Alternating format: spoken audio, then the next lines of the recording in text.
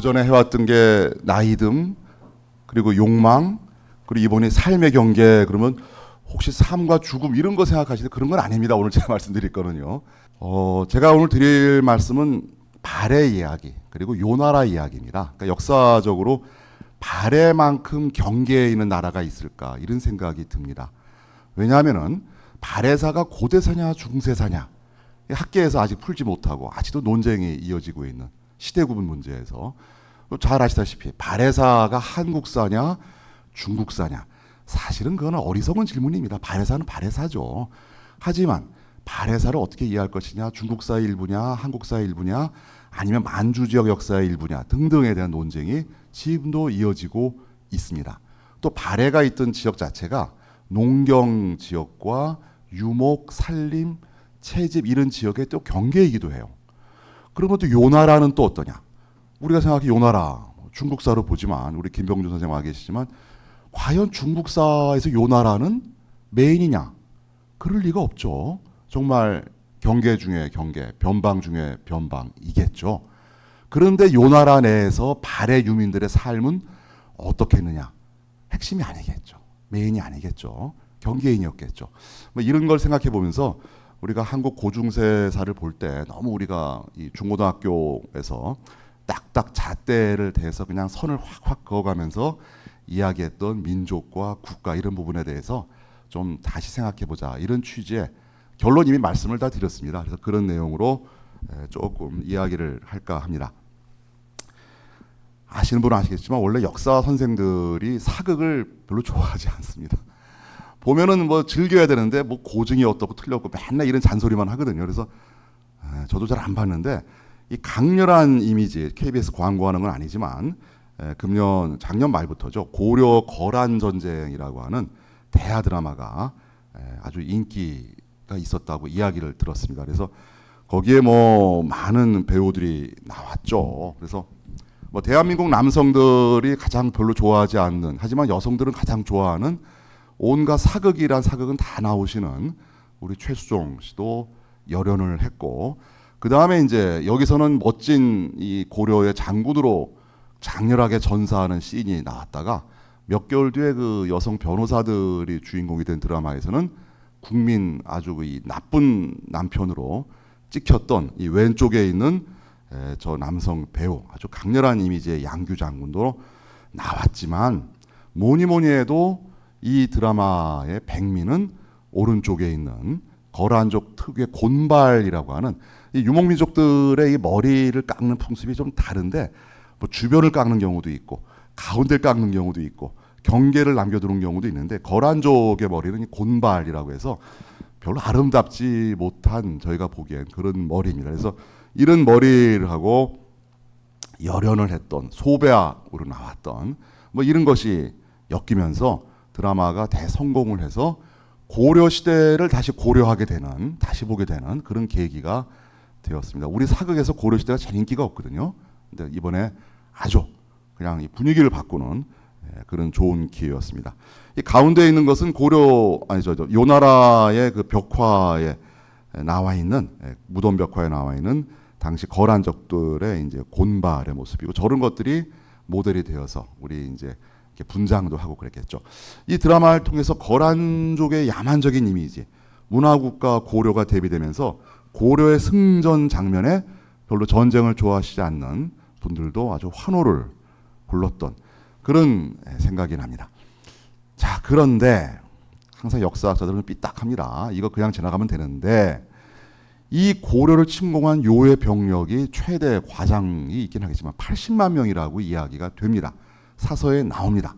근데 원래 유목민족은 이렇게 많을 수가 없습니다. 원래 인구가 희박한 지역이거든요. 어떻게 이게 거란족의 인구가 많겠느냐 의심을 품을 수밖에 없습니다. 이건 요나라의 국적을 가진 병사의 숫자 혹은 요나라 군대에 편입된 병사가 80만이지 거란족이 80만은 아닙니다. 정확히 말하면은 이 요나라의 침공군에 거란족 출신 병사보다 훨씬 많은 이종족 병사가 동원되었을 것이다. 이거는 항상 그래 왔습니다. 훗날 몽골의 경우도 그렇습니다. 그러면 거기에 누가 들어갔을 것인가? 거란족과 가장 가까운 유사한 어떤 그 생활 환경도 갖고 있고 종족적으로 그런 해족이라든지 아니면 돌골계 아니면 한족 그리고 바레인들 등등 다양한 집단들이 요 나라의 군대에 들어가 있었다. 불편한 진실입니다. 심지어는 포로로 잡혀간 고려의 병사도 요 나라의 군대에 들어가 있습니다. 그러니까 우리가 사극 보면서 막 주먹을 쥐고 박수를 치면서 요 나라 군대를 무찌를 때 좋아했지만 거기 죽어나가는 병사 중에는 발해 유민 그리고 고려인들이 포함이 돼 있다라는 것입니다. 반대로 요에 대항하여 고려군으로 싸운 발해인들도 많이 있습니다. 이거는 성을 보았을 때 발해의 특유한 성씨인 대씨들 그리고 고씨들이 포함됐기 때문에 발해인들은 일부는 고려를 위해 싸우고 일부는 거란족의 요 나라에 편입돼서 싸우는 이러한 비극적인 일이 고려 거란 전쟁의 또 한 가지의 이면이다라는 겁니다. 이게 요 나라의 거란족들, 왕족들의 아주 고유한 장례 풍습이 있습니다. 원래 이들이 이제 이 요 나라를 건설하기 전에 거란족으로 존재할 때는 이 유목 목축 생활을 했었죠. 제대로 된 무덤 같은 게 없습니다. 그래서 부모가 돌아가시면은 그 시신을 나무 위에 이렇게 그냥 걸쳐 놓습니다. 그 시간이 지나면은 육탈이 되면서 뼈가 막 죄송합니다. 아침부터 첫 발뼈부터 이게 삶의 경계가 돼서 죽음까지 가면 안 되는데 뼈가 떨어지고 막 이런 일이 벌어지거든요. 그래서 그걸 막기 위해서 이 금속으로 된 그물 옷을 입혀요. 그래서 그걸 그물 옷으로 시신을 감아놔야지만 그 유체가 이렇게 흩어지지 않기 때문에 그 그물 옷도 철이나 은이나 또 귀족 신부님은 금으로 만들어서 이렇게 그물 옷을 입히고 장갑도 끼우고 멋진 또 이 구두, 이 부츠도 신겨야지 발가락 뼈가 이렇게 유탈되지 않으니까. 그리고 얼굴도 데드 마스크를 합니다. 그러니까 이런 거란족의 풍습이 발달돼서 요 나라에 들어와서도 왕족들은 거의 예외 없이 이런 식으로 금속으로 된 장례 풍습에 관련된 옷을 입힌다. 이게 요 나라 황실 혹은 귀족들의 장례 풍습입니다. 그리고 이제 그 사람들의 무덤에서는 중원풍에 벽화를 채용을 해서 아주 화려한 요 나라의 그 고분 벽화는 정말 이건 뭐 세계사적으로 굉장히 화려한 벽화입니다. 특히 그 벽화가 멋진 이유는 거기에 들어가 있는 제재, 화풍 이런 것들이 거란족의 고유한 삶의 모습 그리고 중국적인 삶의 모습이 적절히 조화가 되어 있습니다. 그래서 사람 얼굴을 보더라도 거란족의 모습을 표현한 경우도 있고 한족의 모습을 표현한 경우도 있고 삶의 모습도 농경민족의 모습을 표현한 경우도 있고 또 유목민족의 모습을 표현한 경우도 있고 그래서 이것이 요 나라의 거란족들의 장례 풍습입니다. 근데 그 중에는 이제 제가 미리 말씀을 드렸지만 요 나라의 국민이지만 종족적으로는 이건 한족, 당나라 계통의 주민들이 엄청 많거든요. 그래서 그 사람들이 장시성을 가지고 누대에 걸쳐서 장씨 세가의 무덤을 수십 기를 만들고 또 그 무덤 내부에 있는 벽화의 내용은 아까 보시다시피 거란풍이 아니라 당나라풍이에요.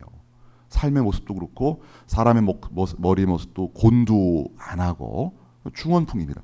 그럼 이 사람들은 종족적으로는 중원계지만 이 사람들은 요 나라의 국민이거든요.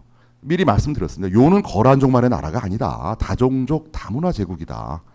전시 때만이 아니라 요를 위해서 활약한 발해 유민과 고려인들이 문헌적으로 그리고 고고학적으로 무수히 많은 증거가 보인다. 요는 다문화 다종족 국가이고 요사에 보더라도 발해가 멸망한 직후에 야유라복이 우리는 거 배웠잖아요. 926년 그래서 철천지 원수 거란족이 발해를 멸망시켰다. 여기까지 다 배웠습니다.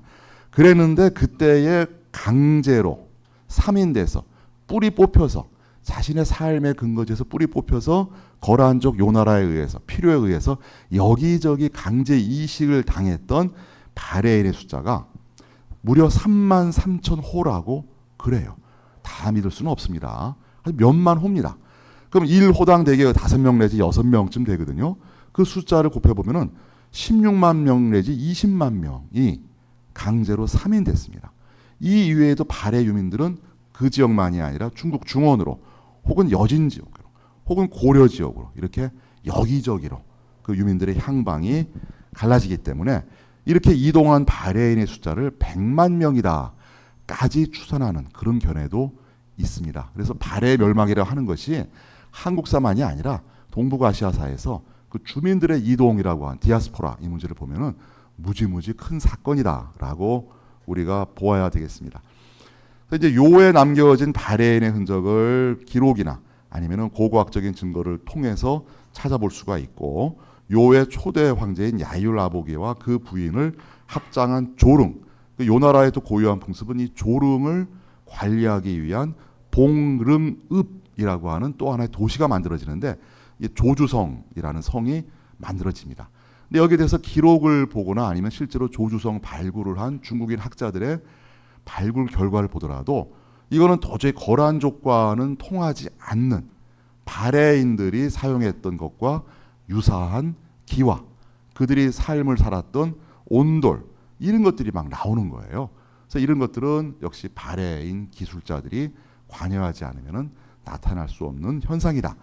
조주성만이 아니라 요 나라의 영토가 되는 지방도시 여기저기에서 발해의 문화를 계승한 영권문이 기와 그리고 온돌이 발견되면서 요의 영토 곳곳에 흩어져 있는 발해인들의 흔적이 기록만이 아니라 고고학적인 실체로서도 확인되고 있다라는 겁니다. 또 최근에도 이 요의 상경이 계속 발굴 조사가 되고 있고, 이 조사를 담당하는 동신님이라고 하는 중국 학자가 유튜브 보면은 많이 나옵니다. 그래서 이거는 발해인들의 와당, 발해인들의 온돌집 이런 이야기를 많이 하고, 발해의 마지막 왕인 대인선 이분이 포로로 잡혀서 여기에 끌려가서 여기서 따로 삶을 살았다라고 추정되는데, 그분이 살던 거처까지도 중국인 학자들에 의해서 발굴 조사되었습니다. 그리고 이제 발해인임이 분명한 이런 분들이 처음에는 이제 거란에 항복해서 요 나라에 들어가서 아주 고위직을 차지하고, 심지어는 요 나라 성종, 유명한 성종의 부마가 되기도 합니다. 요 나라 성종의 부인 중에 장모가 발해인 대씨예요. 그래서 하여튼 대연님, 대력추 그리고 고영창 이런 사람들은 요 나라에서 엄청 고위직에 있었지만 또 다른 이유로 인해서 반란을 일으키고 스스로 황제를 칭하기도 하는 이런 일들이 벌어집니다. 반대로 대공정이라는 사람은 증조부 아버지 때부터 대대로 발해인이지만 요 나라를 위해서 자신의 충성을 다했던 그런 경우가 있어서 요 나라 내부에서 발해인의 처지는 매우 다양하다. 정치적으로 입신한 경우도 있고 비극적인 삶을 산 경우도 있고, 또 발해인의 정체성을 오랫동안 유지한 경우도 있고 빨리 상실한 경우도 있고, 그래서 요사와 금나라의 금사의 이름을 남긴 발해 유민의 숫자가 134명 이름을 남긴 경우가, 그래서 다양한 모습을 보이고 있다라는 겁니다. 심지어는 이제 발해가 존재했을 때 발해를 구성했던 주민 중에 말갈개 주민들이 쓰던 허리띠 버클이 있습니다. 아주 특징적인데, 이런 버클을 착용하고 요 나라 때 무덤에 누워있는 분이 계세요. 그 누구냐? 발해계 유민인데, 발해계 유민 중에서 고구려계가 아니라 말갈계 주민인데, 요 나라에 들어간 이후에 그런 자신의 종족적인 정체성을 허리띠 버클에 가지고선 죽어서 누워있는 그런 경우가 많이 있고, 이런 버클은 심지어 일본의 홋카이도까지 나와요. 홋카이도에서. 그 발해 유민들이 홋카이도까지 이동한 것이냐, 이게 교류의 상징이냐, 유통한 것이냐 등등 이런 문제가 또 퍼져서 저희가 요즘 환동의 문제를 열심히 보고 또 홋카이도 가는 이유는 발해 유민들의 삶의 어떤 모습, 디아스포라 이런 것들이 홋카이도까지 갈 수도 있다, 이런 생각을 가설을 세우고 있습니다. 이게 이제 작년에 제가 썼던 이문논총에 썼던 그 이야기입니다. 발해 묘제의 영향을 강하게 보이는 요 나라 무덤의 피장자는 누굴까? 이런 방형의 돌로 만들고 들어가는 입구가 이렇게 있는 무덤은 요 나라의 고유한 무덤이 아닙니다. 오른쪽에 보이는 전돌로 만드는 방이 여러 개 있는 저런 무덤들이 요 나라의 무덤인데, 요 나라 시기에 왜 방형의 동그랗지도 않고 말각 방형도 아니고 딱 정방형 내지 장방형의 돌로 만든, 전돌도 아니고 이런 무덤에 묻혀 있는 사람들은 국적은 요 나라지만 정체성은 거란족이 아닙니다. 누구냐? 발해계 유민이다 라고 저는 봅니다.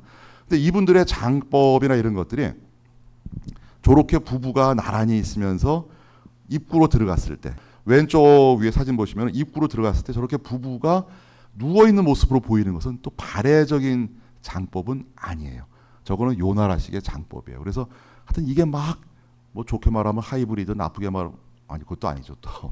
하여튼 뭐 하이브리드, 융복합, 짬뽕 등등이 되는 이런 모습들을 볼 수가 있습니다.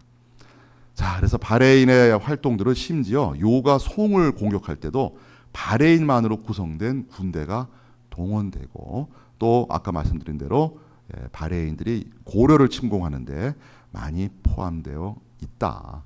이런 모습들입니다. 그래서 금으로 가면 더 말할 수가 없는 게, 더 말할 필요가 없는 게, 바레인들이 거란족에 대해서는 이게 반감이 있었어요. 하지만 금은 이거 말갈족과 관련된 나라이기 때문에 바레 유민들이 적극적으로 금의 건국에 동참을 하고, 또 뛰어난 미모를 가지고 금나라 9명의 황제 중에 무려 이 4명의 어머니가 바레인입니다. 그래서 이런 금나라에서는 이 거란족보다 오히려 바레인들이 대접받는 이런 식입니다. 심지어 그 뒤에 원나라 시기에 가서도 바레 유민들의 행적이 남아 있어요. 다만 이제 이 시기가 되면은 바레인의 정체성은 많이 상실하지만, 이렇게 바레 멸망하고도 그 역사가 끝난 것이 아니라 요, 금, 원으로 이어지는 모습을 보인다. 이제 마지막에 되겠습니다. 그래서 우리는 과거에 존재했던 고대 중세의 국가와 현재의 민족을 지나치게 단순화해서 고려는 순수한 우리 한민족의 조상, 요는 오랑캐, 바레를 멸망시킨 사악한, 뭐 욕하면 안 되겠죠, 뭐 등등으로 이렇게 이분법적으로 보고 있지만 그렇지 않다. 고려 내에도 투항해오나 이주해온 거란족, 한족도 다수 거주한다. 즉 고려라는 나라도 뭐 순수한 그런 게 존재하지도 않지만 순수한 한민족의 나라가 아니라 다양한 어떤 이질적인 종족들이 들어와서 함께 융합되는 그런 모습을 보이는 국가다. 고구려는 더 말할 필요도 없습니다. 고구려도 우리가 뭐 단순하게 한 가지 예맥족을 그리지만 그 내에는 선비계, 돌골계, 소구드계, 거란계, 말갈계 등 다양한 종족 집단이 고구려의 변경, 경계에 살고 있습니다. 우리가 당나라와 고구려가 전쟁을 할 때 말갈족 병사가 수만 명 동원되고 막 잔인하게 땅에 묻혀 죽임을 당하고 막 그렇습니다. 그 사료를 읽을 때 얘들은 왜 이런 짓을 했지? 의심 품어야죠. 그들은 고구려인입니다. 말갈계 고구려인이에요. 변방에 살 뿐이지만 고구려 자체도 다문화 다종족 국가라고 이야기를 하면 이제 유튜브 보시는 분들은 이제 흥분하시는 분들이 많겠지만 불편한 진실입니다. 그래서 우리가 인식하지 못했을 뿐 역사학자들이 반성을 합니다. 하나의 국가는 하나의 민족. 여기서 벗어나야 된다. 그래서 고구려도 그렇고 바레도 그렇고, 그리고 말갈계 바레인들의 모습을 생각하면은 바레라고 하는 국가가 존재했을 때 고구려계 바레인에 비해서 열세였겠지만 바레가 멸망했을 때 이들의 행보는 어떤 모습을 보였을까? 주변인 경계인으로 이어졌을까? 아니면 바레 멸망을 기회로 새롭게 자신의 운명을 건 도박을 전개했을까? 그래서 금의 건국이라는 사건까지 우리가 길게 시야에 넣게 되면은 바레인 디아스포라라고 하는 아주 흥미진진한 모습이 보인다. 그래서 경계의 나라라는 이런 글을 쓴 분이 아주 일목요연하게 정리를 했습니다. 바레인이라고 하는 자체가 고구려계, 말갈계 등등등등으로 구성되어 있고, 바레가 멸망했을 때 이들의 향방은 또 오른쪽에 보이듯이 이렇게 다양한 모습을 보인다. 심지어 대조용 자체도 말갈계 고구려인이라고 하는 것이 최근에 역사학계에 큰 흐름이 되고 있습니다. 그래서 너무 지나친 단순화하지 말자. 이것이 사실에 가깝다. 그래서 바레사의 귀속을 어떻게 접근할 것이냐 등등은 앞으로 우리 역사학계에서 풀어나가겠습니다. 자, 이상 제 짧은 발표는 여기서 마무리 짓도록 하겠습니다. 감사합니다.